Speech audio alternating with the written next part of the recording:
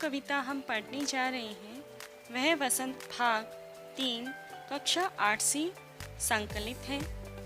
कविता है दीवानों की हस्ती। इसके लेखक हैं श्री भगवती चरण वर्मा जी। पाठ में प्रवेश करने से पहले उनके बारे में कुछ जान लेते हैं। लेखक भगवती चरण वर्मा जी हैं। उनका जन्म 30 अगस्त 1903 को हुआ और मृत्यु 5 अक्टूबर 1981 को हुई। कविता के बारे में, इस कविता में कवि ने अपने प्रेम से भरे हृदय को दर्शाया है, क्योंकि कवि का स्वभाव बहुत ही प्रेमपूर्ण है। इस कविता के द्वारा एक सीख देते हैं कि हमें सबके साथ में प्रेमपूर्ण व्यवहार करना चाहिए। वे खुशियों का संचार करते हैं। हमें अपनी सफलता और असफलता का श्रेय स्वयं को ही देना चाहिए, क्योंकि अगर हम असफल होते हैं तो उसमें भी कहीं न कहीं दोष हमारा ही होता है, और यदि हम सफल होते हैं तो भी श्रेय हमारा ही होता है, क्योंकि मेहनत हमने की होती है और स्वयं असफल होने पर किसी अन्य को दोषी नहीं मानते हैं। वे जब जीवन में कभी हार जाते हैं, असफल हो जाते हैं, इस सब का दोष किसी और को नहीं देते। यह इंसानियत की बहुत ही बड़ी बात है जो कि कवि में देखी जाती है। हम दीवानों की क्या हस्ती, हम आज यहाँ कल वहाँ चले, मस्ती का आलम साथ चला, हम धूल उड़ाते जहाँ चले। आए बनकर उल्लास अभी, आए बनकर उल्लास अभी, आंसू बनकर बह चले अभी, सब कहते ही रह गए, अरे तुम कैसे आए, कहाँ चले। दीवाने यानी कि अपनी मस्ती में रहने वाले, हस्ती मतलब अस्तित्व, मस्ती मतलब मौज, आलम यानी कि दुनिया, उल्लास मतलब खुशी। प्रस्तुत पंक्तियां हमारी हिंदी की पाठ्य पुस्तक वसंत भाग 3 से संकलित हैं। कविता दीवानों की हस्ती है। इसके कवि श्री भगवती चरण वर्मा जी हैं, और इस कविता में कवि ने मस्त मौला और फक्कड़ स्वभाव का वर्णन किया है। हम दीवानों की क्या हस्ती है, आज यहाँ कल वहाँ चले। कवि कहते हैं कि हम दीवानों की क्या हस्ती है, हमारी कोई हस्ती नहीं है, क्योंकि हमारा एक जगह कोई ठिकाना नहीं होता है। हम मस्त मौला स्वभाव के हैं। आज यहाँ है तो कल कहीं और।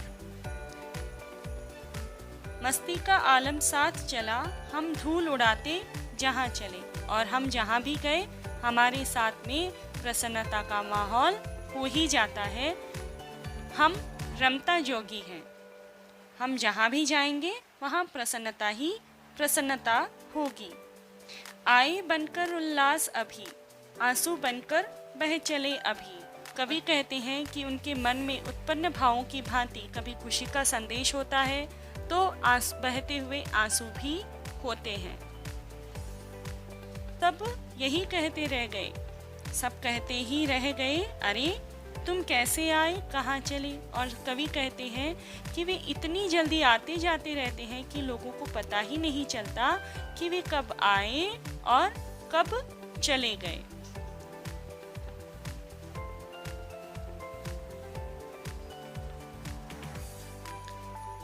किस ओर चले यह मत पूछो, चलना है बस इसलिए चले। जग से उसका कुछ लिए चले, जग को अपना कुछ दिए चले। दो बात कही दो बात सुनी, दो बात कही दो बात सुनी, कुछ हंसे और फिर कुछ रोए। छक कर सुख दुख के घूंटों को हम एक भाव से पिए चले। छककर मतलब तृप्त होकर, भाव यानी कि एहसास, अनुभव। प्रस्तुत पंक्तियाँ हमारी हिंदी की पाठ्य पुस्तक वसंत भाग 3 में संकलित कविता दीवानों की हस्ती से ली गई है। इसके कवि श्री भगवती चरण वर्मा जी हैं। इस काव्यांश में कवि संसार से दूर अपनी अलग राह पर चलने की बात कह रहे हैं। किस ओर चले यह मत पूछो, चलना है बस इसलिए चले। कवि कहते हैं कि वे जाना चाहते हैं इस संसार से, और इसलिए कोई भी उन्हें ये ना पूछे कि वे कहाँ जा रहे हैं, किस ओर जा रहे हैं।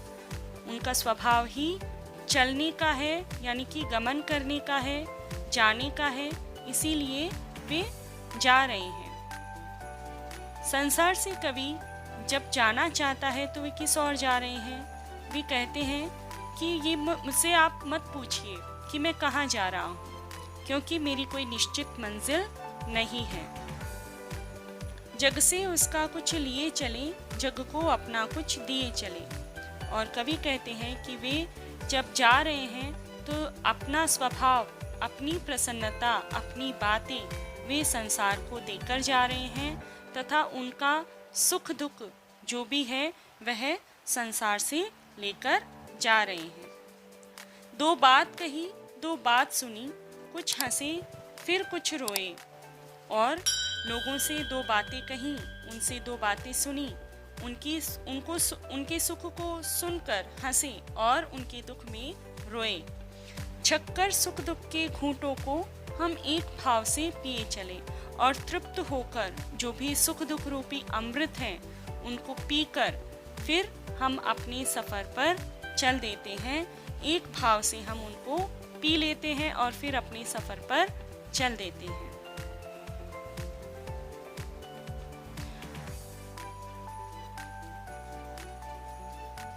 हम भिखमंगों की दुनिया में स्वच्छंद लुटाकर प्यार चले, हम एक निशानी सी उर पर ले असफलता का भार चले। अब अपना और पराया क्या, आबाद रहे रुकने वाले। हम स्वयं बंधे थे और स्वयं हम अपने बंधन तोड़ चले। बच्चों, स्वच्छंद का मतलब होता है आज़ाद, उर मतलब हृदय, असफलता जो सफल ना हो, भार मतलब बोझ, आबाद मतलब बसना, स्वयं यानी खुद, अपने आप। प्रसंग देखिए। प्रस्तुत पंक्तियाँ हमारी हिंदी की पाठ्य पुस्तक वसंत भाग 3 में संकलित कविता दीवानों की हस्ती से ली गई है। इसके कवि भगवती चरण वर्मा जी हैं। इस काव्यांश में कवि प्यार की दौलत से हीन संसार को भिखारी कहते हैं, यानी कि प्यार संसार में नहीं है, इसीलिए कवि जो है भिखमंगों की दुनिया यहाँ पर कहते हैं। और वे स्वयं फक्कड़ हैं, परंतु फिर भी संसार पर अपना प्यार लुटाते हैं। अब इसकी व्याख्या। कवि के अनुसार ये संसार जो है वो भिखमंगों की दुनिया है, और वे स्वयं प्रेम से परिपूर्ण हैं, इसलिए स्वच्छंदता से, आज़ादी से अपना प्यार लुटाकर चले हैं। और वे आगे लिखते हैं कि एक निशानी सी उर पर, इतना प्रेम होते हुए भी वे एक सफल संसारिक व्यक्ति न बन पाने की निशानी उनके हृदय में छुपाए चले हैं। यही भार उनकी असफलता है। कवि के अनुसार यही उनकी असफलता है। अब अपना और पराया क्या, आबाद रहे रुकने वाले। कवि कहते हैं कि संसार में कोई अपना नहीं है और कोई पराया नहीं है, और जो यहाँ पर रुक गए हैं वे आबाद रहें, सदा प्रसन्न रहें।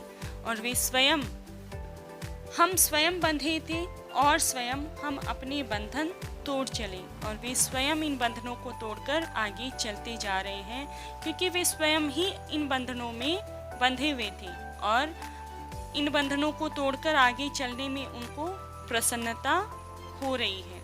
सदा चलते रहना वे चाहते हैं। आशा है आप सभी को मेरा ये प्रयास पसंद आया होगा। यदि पसंद आए तो मेरे चैनल को लाइक, शेयर और सब्सक्राइब करना ना भूलें। धन्यवाद।